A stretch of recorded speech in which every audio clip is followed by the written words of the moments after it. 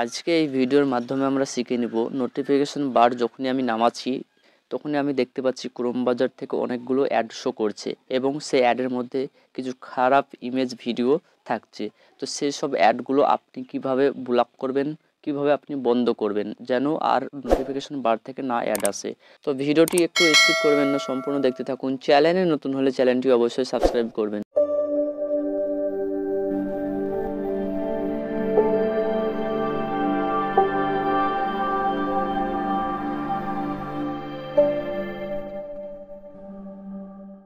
তো প্রথমে আপনি ক্রোম ব্রাউজার অ্যাপ্লিকেশনটাকে ক্লিক করে চেপে ধরে থাকবেন, তারপর আপনার সামনে অ্যাপ ইনফো একটি অপশন আসবে, তো আপনি এখানে ক্লিক করে দিবেন। তারপর আপনি এখানে দেখতে পাবেন স্টোরেজ ইউজ, আপনি এখানে ক্লিক করে দিবেন।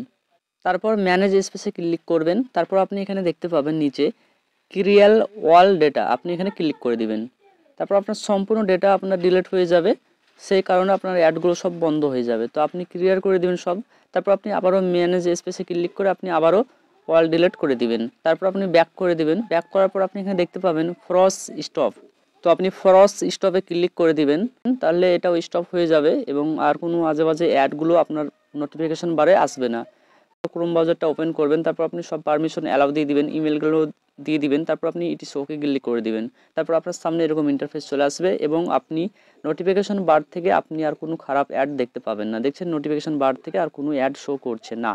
আশা করছি ভিডিওটি ভালো লেগেছে। ভিডিওটি ভালো লাগলে লাইক করবেন, চ্যানেলটি সাবস্ক্রাইব করবেন, আপনার মতামত কমেন্ট করে জানাবেন। Thank you for watching this video.